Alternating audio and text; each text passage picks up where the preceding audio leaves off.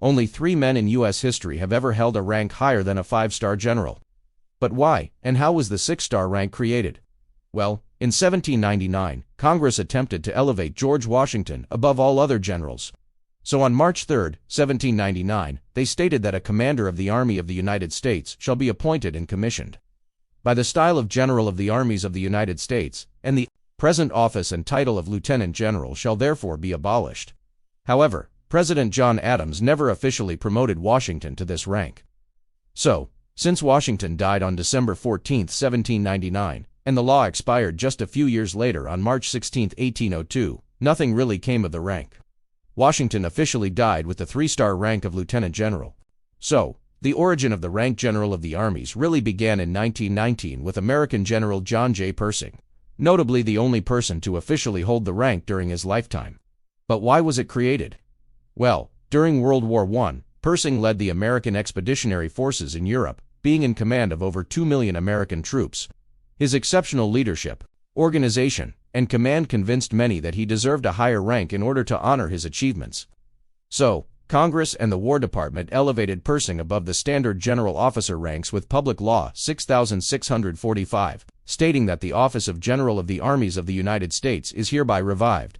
Rank and precedence over said officer is hereby repealed, provided that no more than one appointment to office shall be made under the terms of this act.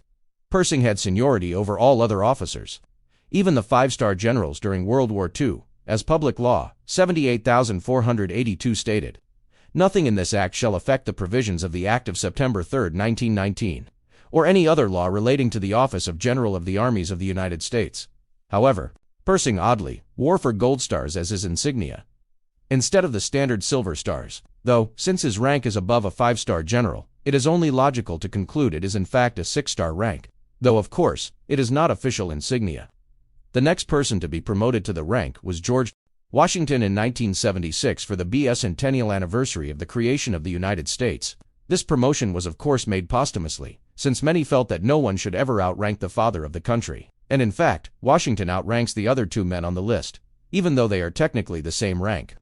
Washington has rank and precedence over all other grades of the Army past or present, so Washington will always be the most senior general of the United States for all time. Lastly, there is USS SRANT, who has the most confusing series of ranks. You see, due to Grant's exceptional leadership during the Civil War, he was promoted to the rank General of the Army in 1866, the highest rank at the time, which was 4 stars. However, this is also the name of the 5-star rank used during World War II, given to people such as Eisenhower and MacArthur. But that is not even the end of the complications, since in 1924, the Comptroller General of the United States ruled that Grant's rank title General of the Army was actually the same as Washington's intended rank in 1799. They stated, it thus appears that the office of General was first created in 1799 by the title of General of the Armies of the United States, and that it was again revived in 1919 by the title of General of the Armies of the United States.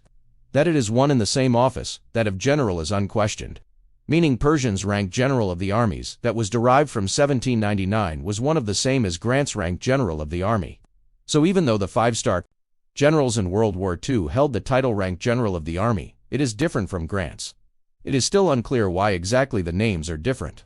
And to make this even more confusing, 2 other men were promoted to the same rank Grant held in the 1800s. William T. Sherman and Philip Sheridan. So the obvious question is whether those 2 men are also on the same level as Washington, Grant, and Pershing. But either way, in 2024, General Ulysses S. Grant was officially given the 6-star rank General of the Armies, placing him in the same rank as George Washington and John J. Pershing. Though as I explained before, Pershing and Grant are technically outranked by